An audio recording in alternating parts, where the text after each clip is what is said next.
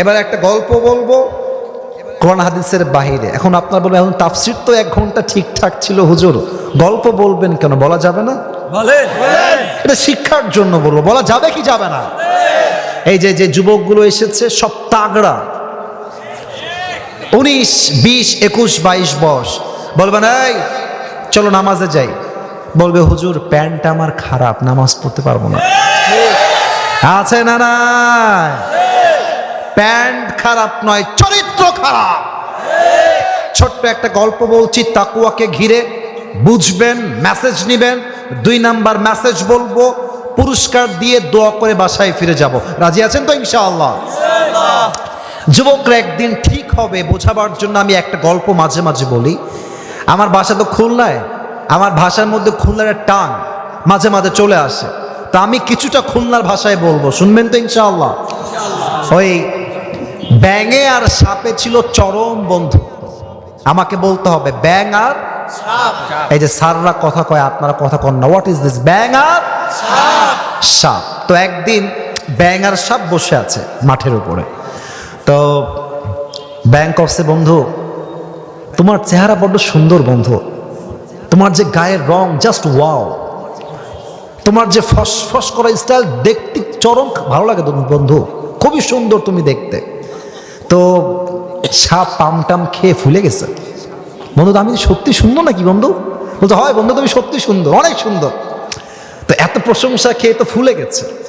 এখন ব্যাঙ বলছে বন্ধু সবই ঠিকঠাক আছে, তবে তোমার একটা বিষয় আমার বড্ড ভাল লাগে না, একদম খারাপ লাগে দেখতে। বলছে কি কওদি বন্ধু, কি খারাপ লাগে তোমার?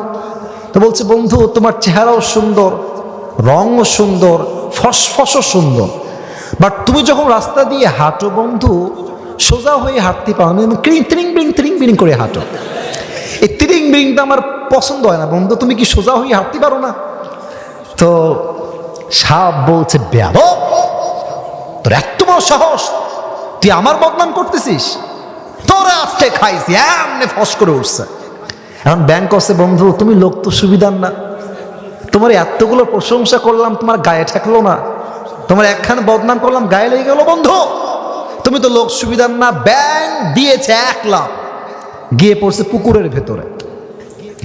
এখন সাপ যে ফস করে উঠছে, পাশে ছিল এক রাখাল। রাখাল করছে কিডারে, হয় কিডা, দৌড় দিয়ে আসছে, দেখছে মাশাআল্লাহ সাপ মামা এইভাবে আছেন। এখন রাখালের হাতে ছিল বিশাল লম্বা একটা বাঁশের লাঠি। রাখাল বলছে দেরি করা যাবে না, বিসমিল্লাহ বলে এখনই শুরু করে দেই।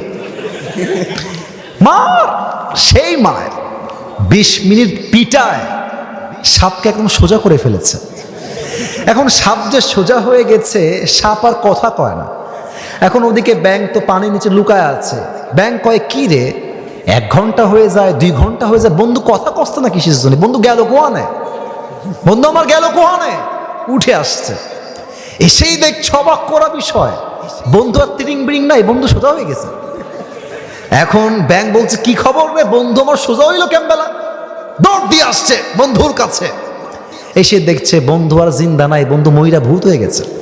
আর বন্ধুর দেহের ভেতরে সাপের যে বিষ আর ফেনা সব বের হয়ে গেছে। এখন ব্যাঙ বলছে ওরে বন্ধু রে, আপনি সেই সোজা হইলেন, তবে ফেনা থাকতে আর সোজা হইতে পারলেন না, ফেনা বের হয়ে আপনি সোজা হইলেন, ঠিক কিনা বলে?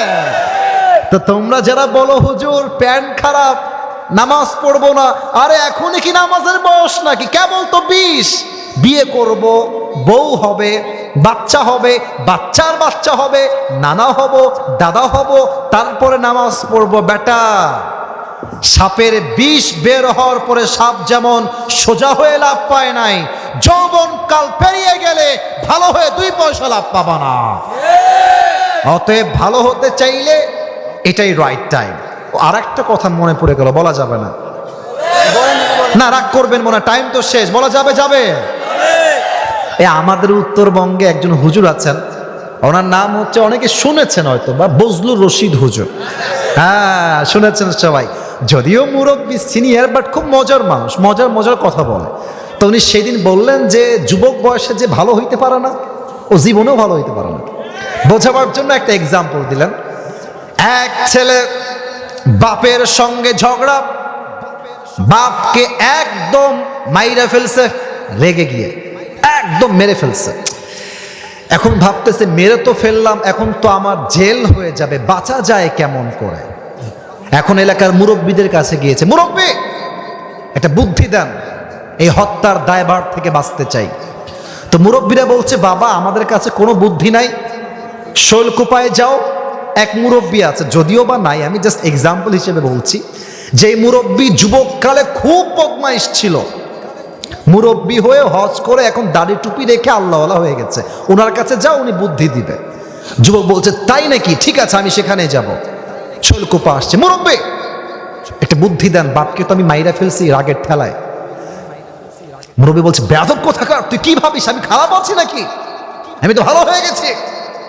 যদি আমি ভালো না হতাম, আগের মতোই খারাপ থাকতাম, তাহলে বলতাম যেহেতু মেরেই ফেলেছিস কিছু করার নাই, এখন তুই রশি দিয়ে ফাঁসি টাঙায়, তো মানুষ বলবে রশি দিয়ে ফাঁসি দিয়ে মরে গেছে, যেহেতু আমি ভালো হয়ে গেছি তাই আমি তোকে বলবো না।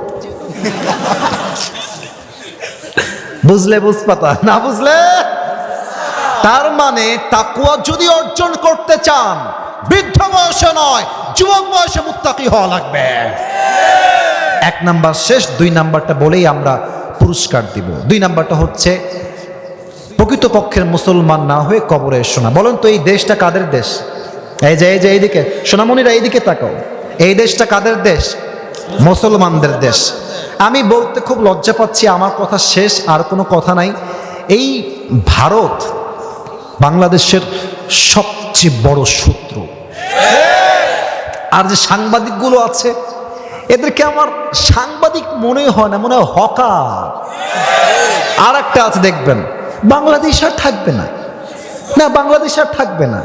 তা আমি বলি তুমি চট্টগ্রাম নিবা, ফেনী নিবা, তো আসো, নিতে হলে তো আসতে হবে, তখন তোমার সঙ্গে খেলা হবে।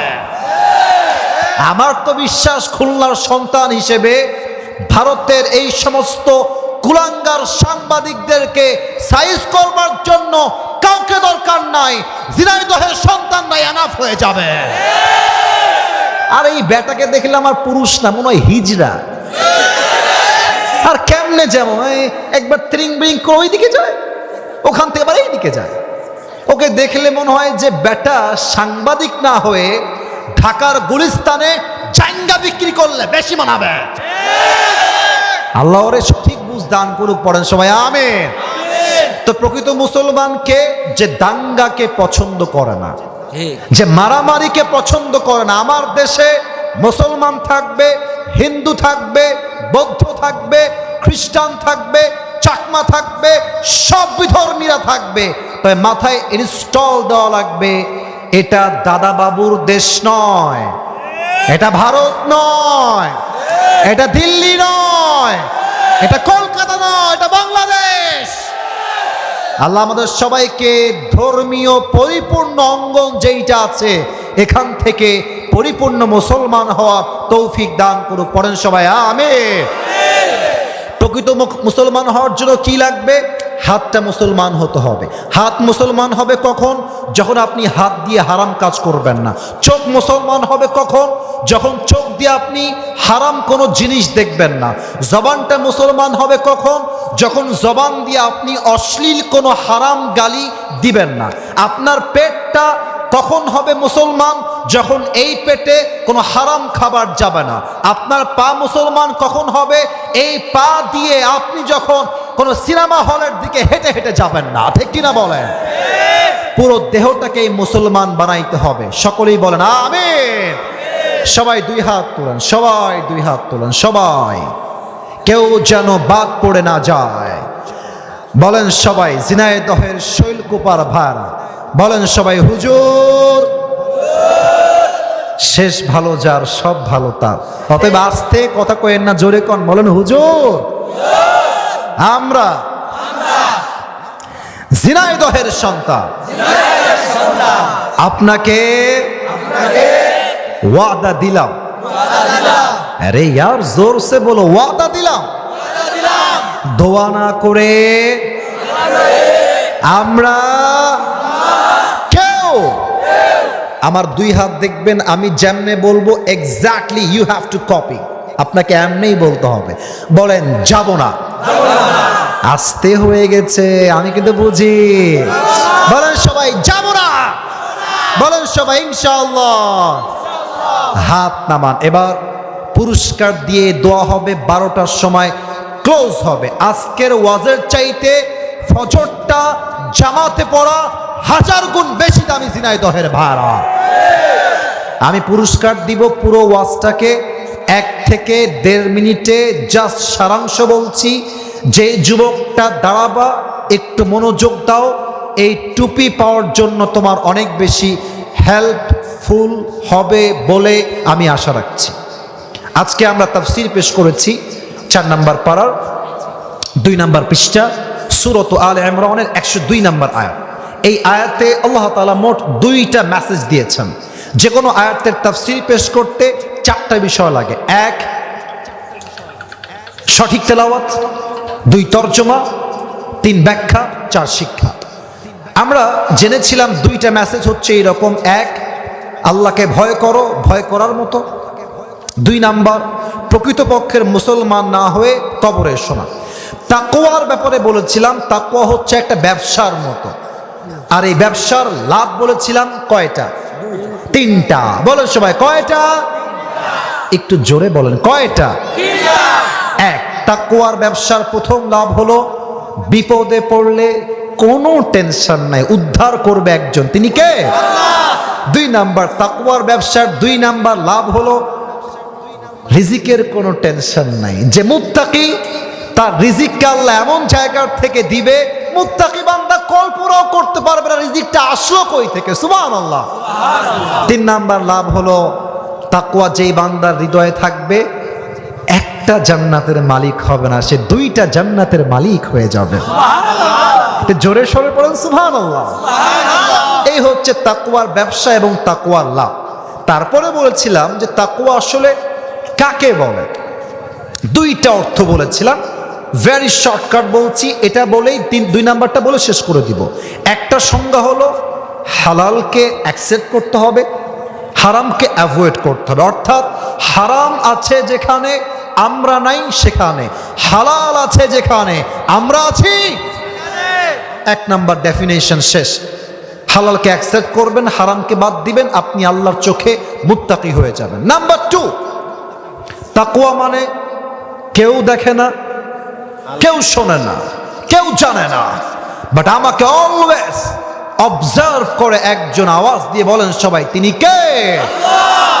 সেই ক্ষেত্রে 2টা হাদিস বলেছিলাম। 1 ওমরে ফারুকের হাদিস, ওই মেয়ের সঙ্গে তার ছেলের বিয়ে দিয়েছেন টাকার জন্য নয়, রূপের জন্য নয়, বাড়ির জন্য নয়, একমাত্র তাকওয়ার গুণ দেখে বিয়ে দিয়েছেন। ঠিক কিনা বলেন? 1 নাম্বার হাদিস শেষ। 2 নাম্বার বলেছিলাম এই রাষ্ট্র দুর্নীতিমুক্ত হবে তখন যখন এই রাষ্ট্রের প্রত্যেকটা নেতা হৃদয়ে আল্লাহর ভয় থাকবে। আবু বকর রাদিয়াল্লাহু তাআলা আনহু বেতন বলেছিলাম এক্সাম্পল হিসেবে 30,000। যখন তার বউ সারিদ কিনলো টাকা বাঁচিয়ে, উনি বুঝে গেলেন বেতনটা একটু বেশি হয়ে যায়, উনি কমিয়ে দিলেন। একটাই কারণ, এটার কিয়ামতে হিসাব হবে, সেই ভয় তার অন্তরে আল্লাহ দিয়েছেন। অতএব আমি যত দুর্নীতি করি, দেশের টাকা বিদেশে পাচার করি, যত যাই করি, কেউ না দেখলেও দেখে একজন, তিনি কে? 1 নাম্বার তাকওয়া শেষ। 2 নাম্বার হচ্ছে do not die expect as a Muslim. মুসলমান না হয়ে কবরে এসো না। মুসলমান কখন হব? চোখ যখন মুসলমান হবে, হাত যখন মুসলমান হবে, পা যখন মুসলমান হবে, জবান যখন মুসলমান হবে, পেট যখন মুসলমান হবে। পা মুসলমান হবে কখন? যখন এই পা দিয়ে হারাম কোনো কাজে আমরা পদক্ষেপ নিব না। হাত মুসলমান হবে কখন? যখন এই হাত দিয়ে আমি মাস্টারবেশন করব না, যখন এই হাত দিয়ে আমি চুরির দিকে হাত বাড়াবো না, তখন আমার হাতটা মুসলমান হবে। এই চোখ মুসলমান হবে কখন? যখন আমি এই চোখ দিয়ে কোনো গায়রে মাহরাম নারীর দিকে চোখ তুলে তাকাবো না। আমার জিহবা মুসলমান হবে কখন? যখন আমি জিহবা দিয়ে কোনো গীবত করব না, গালি দিব না। আমার পেট মুসলমান হবে কখন? যখন আমার এই পেটে হারাম কোনো খাদ্য প্রবেশ করবে না। ঠিক কিনা বলেন? এই 2টা মেসেজ এবং তাকওয়ার ব্যবসার লাভ 3টা।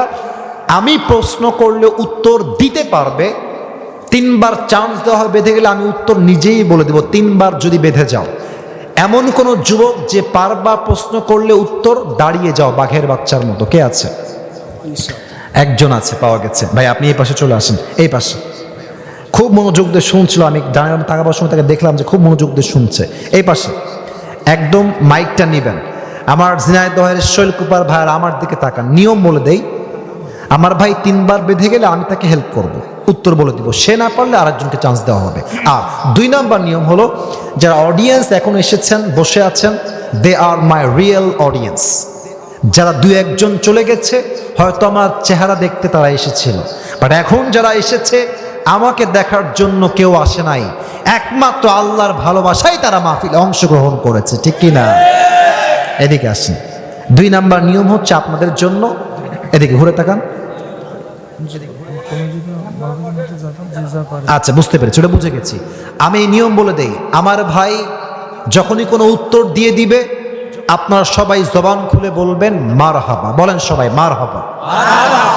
কেউ যেন উঠে যাবেন না, আমি দোয়া শেষ না করা অবধি কাউকে যেন না দেখি উঠে যাচ্ছে না, চরম বেয়াদবি হবে। এটা আমার সম্মানেও আঘাত লাগবে, এটা কোরআনকে অসম্মান বেঁচে যায়। তো আমি এটাই চাই, আমার বেতন টাকা বাঁচবে কেন, কমায় দাও। আজ থেকে 30,000 নয় 25,000 টাকা হবে আমার বেতন। তো এক সাহাবী বলছে, ইয়া খলিফাতুল মুসলিমিন, মাত্র 5,000 টাকা থাক না, কমাইতে হবে কেন, থেকে যাক, রেখে দেন। আবু বকর বলছে, ঠিক আছে আমি রেখে দিব, বাট আমাকে যদি আল্লাহ কিয়ামতের দিন হিসাব নেয় যে তুমি রাষ্ট্রের 5,000 টাকা মেরে খেয়েছিলা কিনা, তুমি আমাকে বলো যে এই দায়ভারটা তুমি তোমার ঘাড়ে বহন করবা। আল্লাহু আকবার। মাত্র কয়েকটা টাকা, এত হাজার কোটি টাকা রয়েছে, মাত্র 5,000 টাকার জন্য আল্লাহর ভয় রেখেছে। এই ভয় যদি শেখ হাসিনার থাকতো, একটা ছাত্র রাস্তায় তার বুকের তাজা রক্ত ঝরিয়ে শহীদ হওয়া লাগতো না। এদের মাঝে সব ছিল, আল্লাহর ভয় ছিল না। অতএব আমাদের কথা একটা, আগামীর বাংলাদেশে কোনো নারী নেতৃত্বই আমরা দেখতে চাই না। আগামীতে আমরা আমার মাতৃভূমি বাংলাদেশে এমন একজন প্রধানমন্ত্রী দেখতে চাই, যিনি একই সময়ে দেশের প্রধানমন্ত্রী হবেন এবং তার যোগ্যতা এতটা হাইলি কোয়ালিফাইড হবে, তিনি চাইলে জাতীয় মসজিদ বাইতুল মুকাররমে দাঁড়িয়ে জুমার খুতবা দেওয়ার যোগ্যতাও রাখবেন।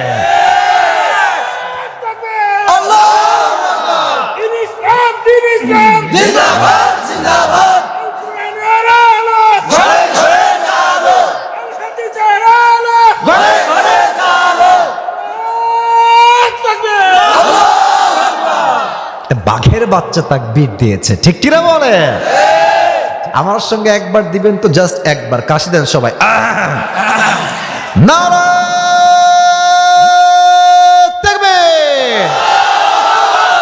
তাহলে তাকওয়ার 2 নাম্বার সংজ্ঞা হলো, কেউ দেখে না, কেউ শোনে না, শোনে একজন, দেখে একজন, তিনি কে?